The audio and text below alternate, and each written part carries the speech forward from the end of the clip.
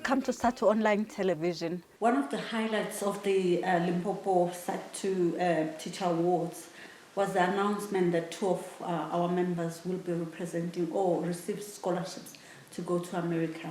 We have one of those recipients with us to tell us more about this opportunity. Welcome to SADTU Online Television. Can you tell us who you are? Thank you very much. Hi everyone, I am Molepo TC. I'm a teacher by profession. I'm working at a school in Limpopo, which is called Mautswi Primary School. That's where I'm working. How has it come about that you will be going to America? And just tell us about the scholarship that we heard about during the excellence award. The event, yes. Thank you very much. This is a Mandela Washington Fellowship. Mandela Washington Fellowship Program. It's a program which is run by YALI. YALI is a Young African Leaders Institution, where each and every year they select 700 young leaders within the sub-Sahara African countries. This year it is said that 32,000 applicants were forwarded, and out of the 32,000 applications, they've selected 1,500 applications for the shortlisting. That was the second phase. Then we went there for the second phase, and they were looking for 700. So I was fortunate enough to be part of the 700 after I've undergone the interview. Wow, this is quite an achievement that you were selected among 32,000 people. What is it that you think made you to be selected for this program? I should say this, particularly with the impact that I'm doing in my community and as well as where I am working in my school. I should not say that I'm the best, or I should not say that I'm perfect, but with what I do out of my heart, willingly so, and the passion that I have for education and also the impact that I want to make in each and every person that I come across, I believe that that's what they've seen from my application and my work, because they also do background check. They check what are you involved in, what are some of your commitments. They go through our handles, our Facebook, our Twitters and all other social media platforms to check if whether this is the relevant person. So I should believe that with everything that I've been doing, everything that I've achieved since I started in this career or the profession, it's indelible. I think so. I should say that. Take us through what is it that you have done. I started working as a qualified teacher in the year 2016. Within 2 years, I started going for the National Teaching Awards, whereby I entered in the category of teaching with ICT. That is my first accolade. That was in the year 2018. Then I also got again in 2019 nationally. I was the first runner in the same category of ICT. Then in 2021, I also got the award in the National Teaching Award for Excellence in Primary School Teaching. I'm also a founder and a director of a non-profit organization which is called MICT Projects and Training. This organization is mainly focused on giving professional development in the use of ICT in the classroom, and also helping learners to be instilled with the fourth industrial revolution skills and competencies. And last year I was also honored to be part of the Sunday World 2022 Unsung Heroes. And that's why this year I'm part of the Mandela Washington program. With all these accolades, it says a lot about me, even though I still see myself humble and selfless, that I need to help others to be maybe on the same level that I am, so that they can also make an impact in their communities or maybe in their workplace.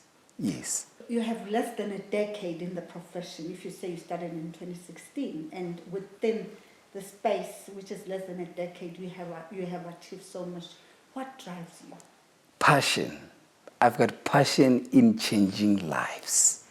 That's my passion. I want to change lives through education. Like, I just want to make a big impact in each and every person's life. When I look at young person who might be in having a background of poverty, I look at myself to say, what can I do to assist this young boy or maybe this young girl? So the only thing that I can give is to change, to make impact. So the main thing that is driving me is passion for changing life. I want to change lives. That's the only thing that's driving me right now. How easy or how difficult it has been for you to introduce ICT in a place which is seen as rural, in a place which is seen as not as developed?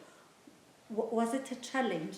What did you do to overcome it? It's definitely a challenge because first of all, you look at the background of these learners that you're teaching. First of all, some of them have never seen a computer.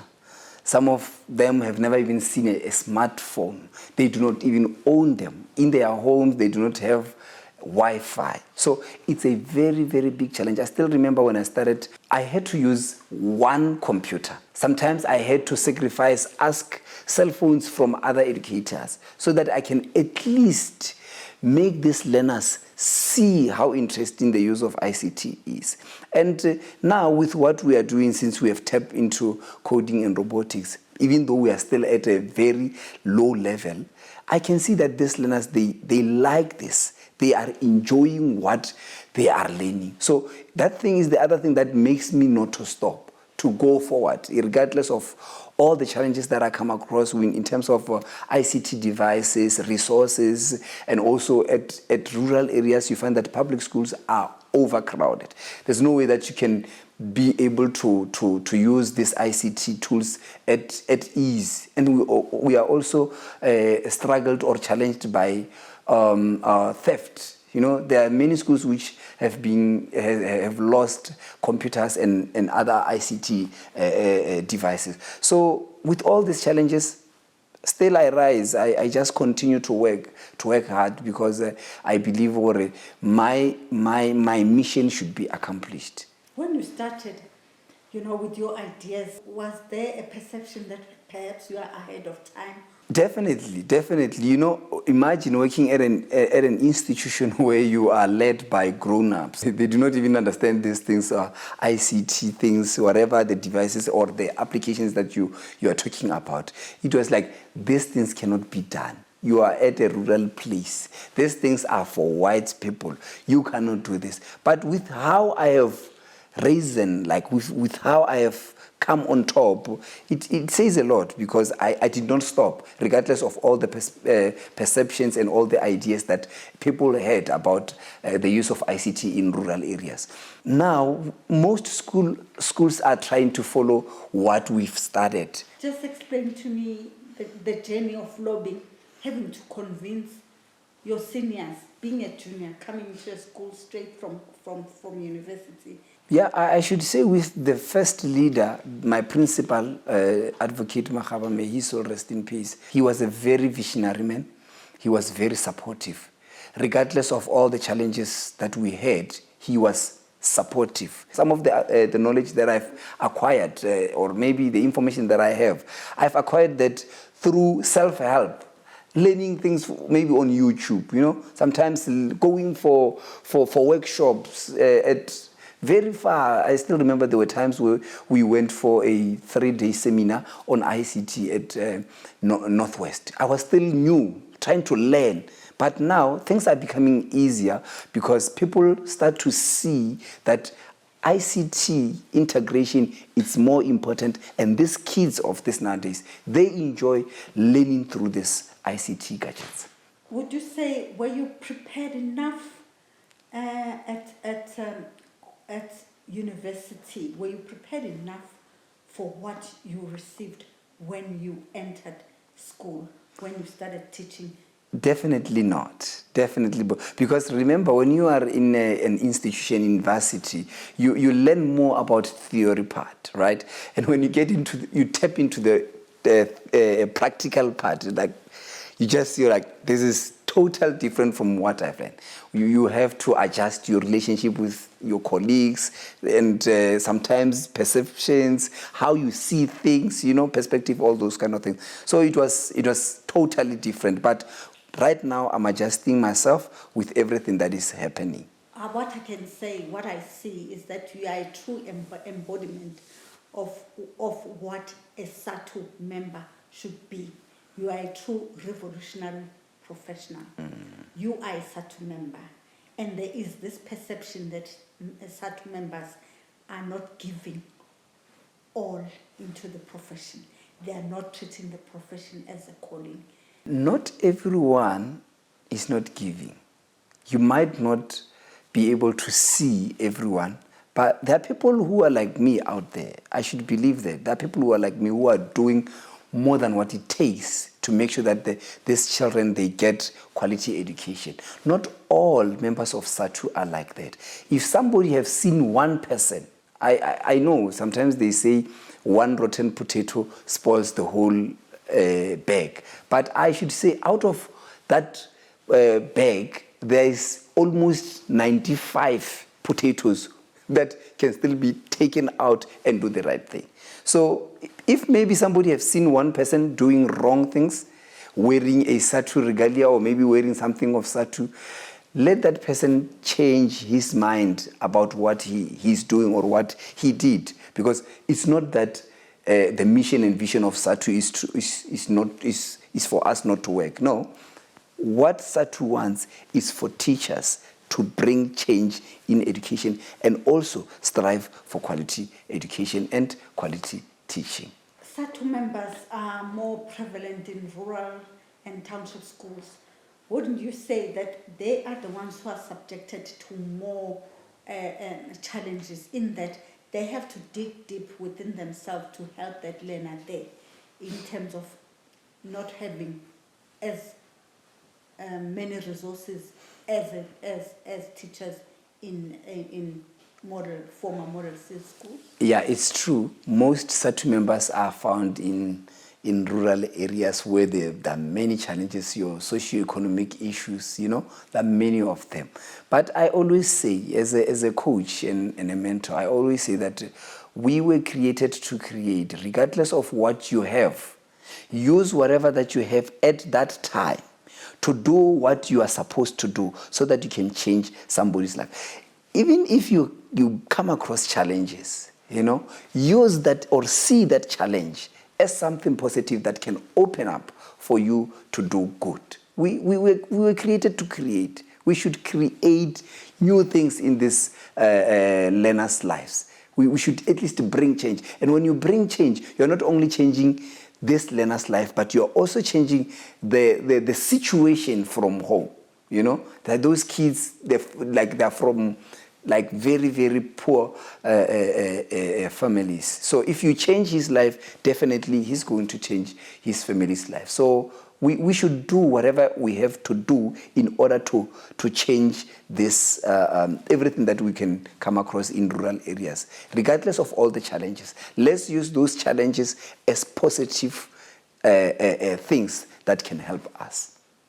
Going back to your trip to what you'll be doing in America, you said you'll be with at Kansas University. Yes. And you'll be focusing on civic leadership. When you apply for this program, there's a choice of 3 tracks. We've got civic leadership, engagement track, public management. The one is business. So you forward your application. With how you have applied everything, they will check and review your application and place you in the right track. So I applied and I was placed in civic engagement. But at the beginning of the application, I also chose civic engagement because I realized that I'm working more and closely with community members and also school children. It has an element of leadership. Definitely, it does. Yes. What does leadership mean to you? How crucial is leadership in the profession, as a teacher, as an educator? People think that leadership is about position or rank. No. Leadership is about empathy and perspective. You are not in charge. As a leader, People will always say, I'm in charge here. I'm the one who is in charge. No, leadership is about you taking that first step of going into danger to save those who are in your charge. It's not about position. No, it's not. You'll be gone for 6 weeks. What is going to happen to your work at school? As we are having the EAs, educational assistants, I have already set them in place on what to do during my study leave. So yeah, I think they will do the best in their behavior to make sure that they keep everything that I've trained them to do. What is it that you'd want the department to do to support you, to make you a better teacher, or to make your working environment a better one? It should work at least on developing educators, particularly when we are looking on the fourth industrial revolution skills and competencies. They should work most in developing us as educators. Because some of us, we are developing ourselves. We take studies online, you do our free online studies just to develop yourself. So I think that if the department can just have a program where each and every year they could just develop their educators. They are not stepping into the right direction of developing. They are developing only on curriculum, but they forget about other skills that as a teacher you need them. You know, there are many skills that a teacher should at least be engaged in. So if they could tap into, as I've mentioned, if they could tap into fourth industrial revolution skills, that will be awesome.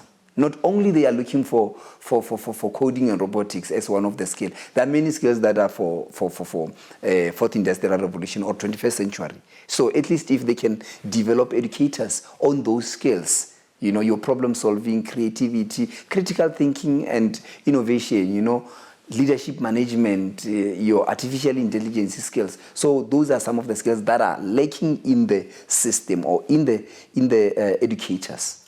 Isn't it too late that a teacher will be developed while, you know, at that time? Shouldn't it start at tertiary institutions? Yeah, somebody once said this: you are never too young to teach, and you are never too old to learn. You can learn at any time, regardless of age or regardless of time. As long as you are willing, you give it time to yourself to say, I want to learn this one. You'll definitely learn. So I believe that as time goes, the universities will then now change their curriculum into putting these skills into place. What do you hope will happen to you after the course? What is it that you hope it will do to you?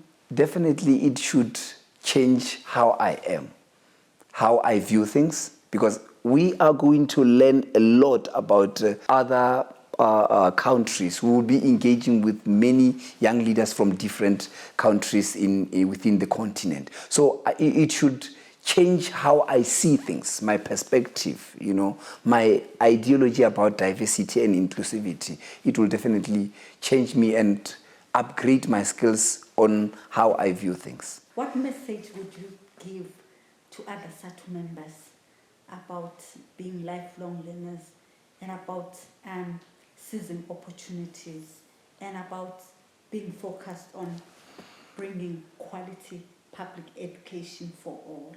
I am a lifelong learner. That's why I also got this opportunity to go and learn. Yeah, your purpose is to change lives in those schools, wherever you are.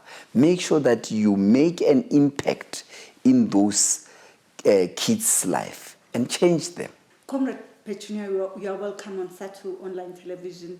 Just give us your name, who you are, the school you come from. Thank you so much. My name is Mandela Petunia from Waterberg Primary School in Botlokwa. Comrade Petunia, your colleague in the profession is making waves. He's going to America. How do you feel about the fact that a young person like you is making such strides in the profession? I'm so delighted to see him achieving this accomplishment, and I've worked closely with him for about 5 years. He's such a selfless person who's always willing to uplift the people who are always around him. So I personally have learned a lot from him. He has been a true motivation, and I can say that I've also been awarded the National Teachers Award for being the excellence mathematics teacher in South Africa because of him. He was my mentor in 2022. How did you two get to engage, and how it came about that he ended up mentoring you? I knew him in 2018, and in the same year he entered the National Teaching Awards under the category of excellence in ICT. So I got motivated from there to say that I also want to be like you. He really inspired me to say that if somebody of my age is able to do this, I can also do it. So I can say that he really set a good example to say that if you really put your mind into something, you can really achieve it. This is SADTU Online TV, coming live from Matthew Koniwe House. This is Nomusa Cembi, your host. Amandla. Sifuna makabanega Mandela.